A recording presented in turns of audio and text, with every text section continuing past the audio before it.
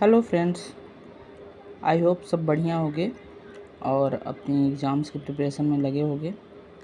तो हम आज लेके आए हैं ब्लूम्स टैक्सोनॉमी, जो कि फर्स्ट ईयर और सेकेंड ईयर दोनों में ही बीएड में के हिसाब से भी इम्पॉर्टेंट है और कॉम्पिटिटिव एग्ज़ाम के लिए भी बहुत इम्पॉर्टेंट है।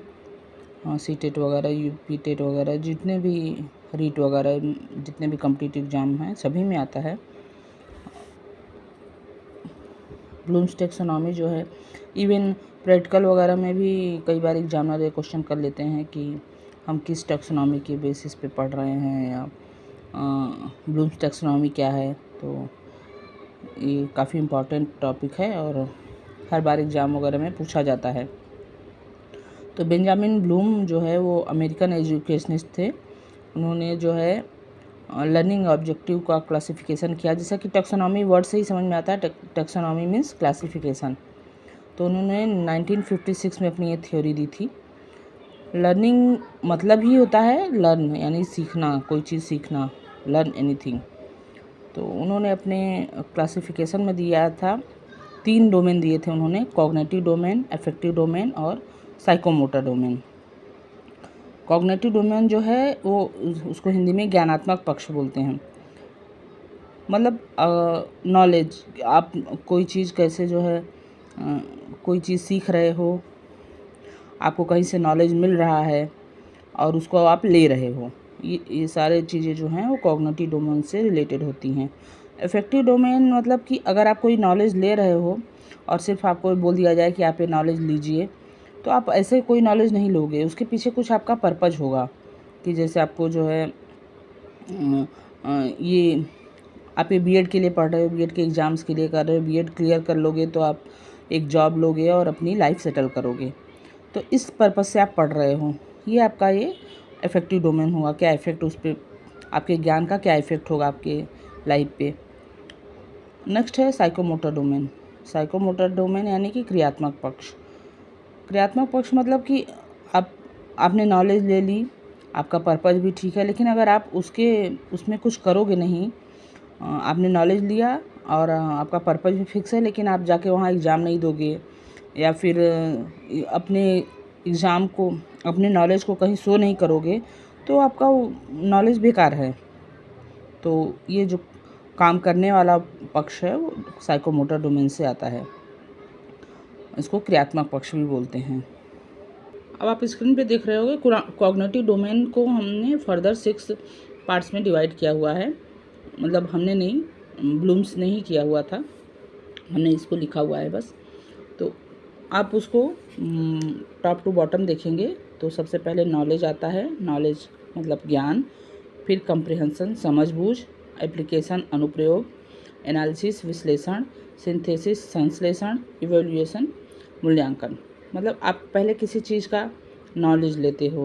अब मान लीजिए हमने आपको कुछ बताया कि ब्लूम टैक्सोनॉमी ये है, आपने इसको नॉलेज ले लिया। उसके बाद आता है कंप्रिहेंशन, आपकी अपनी समझबूझ क्या कहती है, इसका क्या वो हो सकता है, इसमें क्या क्या और भी आप अपने तरीके से कुछ क्वेश्चन पूछ सकते हैं। उसके बाद हम आपसे इसके बारे में कोई क्वेश्चन पूछेंगे, एग्ज़ाम में क्वेश्चन आते हैं, वो सब इसके एप्लीकेशन होते हैं उस नॉलेज का। नेक्स्ट है एनालिसिस, उस पर विश्लेषण किया जाता है कि जो है आपने जो नॉलेज हमसे लिया उसको अपनी भाषा में कैसे उसको बनाओगे, क्या क्या लिख सकते हो।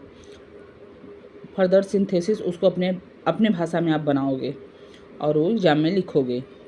नेक्स्ट है, लास्ट है इवैल्यूएशन, मतलब मूल्यांकन। आपने जो लिख के आया उसका मार्किंग होगा कि आपने क्या समझा, क्या लिखा, अपनी भाषा में कैसे बनाया, सब कुछ करके वो फाइनल इवैल्यूएशन हो जाएगा। तो ये आपका बहुत इंपॉर्टेंट है। कॉग्निटिव मेन इंपॉर्टेंट है इसमें। लर्निंग जो डोमेन है, 3 लर्निंग डोमेन में, इसमें कॉग्निटिव सबसे मोस्ट इम्पॉर्टेंट है। काफ़ी क्वेश्चंस इस पे आते हैं, इवन सी टेट वगैरह में तो काफ़ी ही आता है। इवन वो आपका आप बीएड सेकेंड ईयर में भी असेसमेंट लर्निंग भी पढ़ोगे, उसमें भी एक आया हुआ है ये कॉग्निटिव डोमेन का ही। तो आपके बीएड में ही पूरा इम्पॉर्टेंट है ये। और ख़ासकर कॉग्निटिव डोमेन, क्योंकि इसकी पूरी 6 स्टेप्स भी बहुत इंपॉर्टेंट है। कई बार ये स्टेप्स ही पूछ लिया जाता है, तो इसको भी याद रखिए। अगर आपको न याद हो तो कुछ अपने इसको फॉर्मूले बना सकते हैं। जैसे मैंने इसको लर्निंग के लिए बनाया था, देखिए क आ से, इसका मतलब फर्स्ट वर्ड ले लेंगे KCAASE,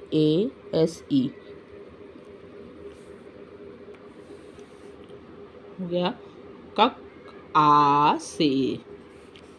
के से नॉलेज, नॉलेज आपको याद ही होगा, के से नॉलेज। फिर जो है सी से कंप्रिहेंशन,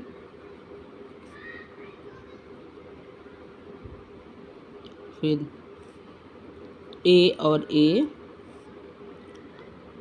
कंप्रिहेंशन, नॉलेज मतलब ज्ञान, कंप्रिहेंशन समझबूझ। उसके बाद क्या होगा उसका एप्लीकेशन, तो एप्लीकेशन से ए से एप्लीकेशन, देन उसको एनालाइज करना अपने भाषा में, उसको अपनी तोड़ मोड़ करके अपनी उसमें समझना कि कैसे समझ सकते हैं आप उसको डिटेल में। अपनी आपकी तार्किक क्षमता, आपकी बौद्धिक क्षमता उसको कैसे समझ आ पाती है। एक टीचर समझाते हैं, एक बच्चा अपने खुद से भी समझता है। तो वो हुआ एनालिसिस। फिर हुआ आपका सिंथेसिस, अपने लैंग्वेज में उसको कैसे बनाया उसने। और फिर है इवैल्यूएशन, मतलब उसका मूल्यांकन। तो ये हो गया आपका, ऐसे आप याद कर लेंगे। ये 6 अपना स्टेप याद रखिए। कई बार स्टेप ही पूछ लिया जाता है, तो उसको अच्छे से याद रखिए। उसके बाद आपने सुना होगा कई जगह एग्जाम, ये हॉट्स स्किल और लॉट्स स्किल। हॉट्स का फुल फॉर्म है हायर ऑर्डर थिंकिंग स्किल, और ये लोअर ऑर्डर थिंकिंग स्किल। ये CBSE का बहुत पेट क्वेश्चन है। सीटेट में पिछली बार ही कई क्वेश्चन आए थे इससे।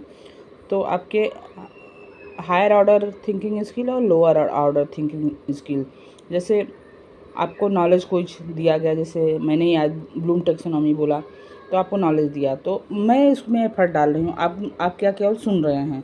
तो सबसे लो मतलब इसमें आपको आपकी जो थिंकिंग स्किल है वो लोअर स्टेज पे है, तो ये लोअर ऑर्डर थिंकिंग स्किल पे आते हैं। लास्ट के तीनों जो है लोअर ऑर्डर थिंकिंग स्किल पे आते हैं, और ये अपर जो है वो हायर ऑर्डर थिंकिंग स्किल पे आते हैं। कई बार यही क्वेश्चन आता है कि सिंथेसिस जो है हॉट्स में आता है या लॉट्स में आता है।